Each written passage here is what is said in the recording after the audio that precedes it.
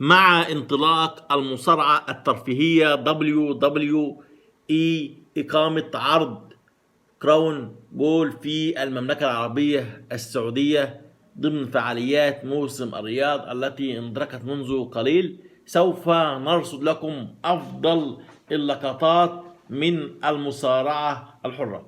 وتشهد الرياض نزالا يجمع بين رومان بطل WWE ضد لوجان بول ضمن عرض كراون جول 2022.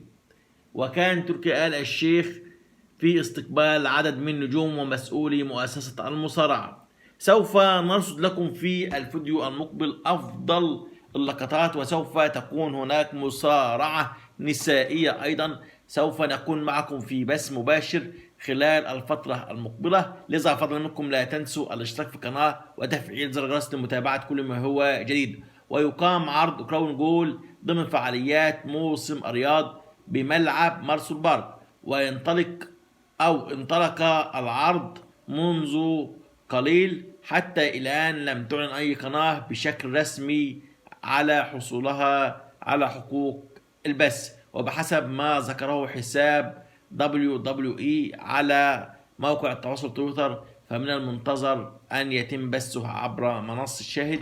لذا سوف نذيع معكم أفضل اللقطات على هذه القناة والفيديوهات كاملة على منصة شاهد. لذا فضلا منكم لا تنسوا الاشتراك في القناة وانتظرونا في كل ما هو جديد.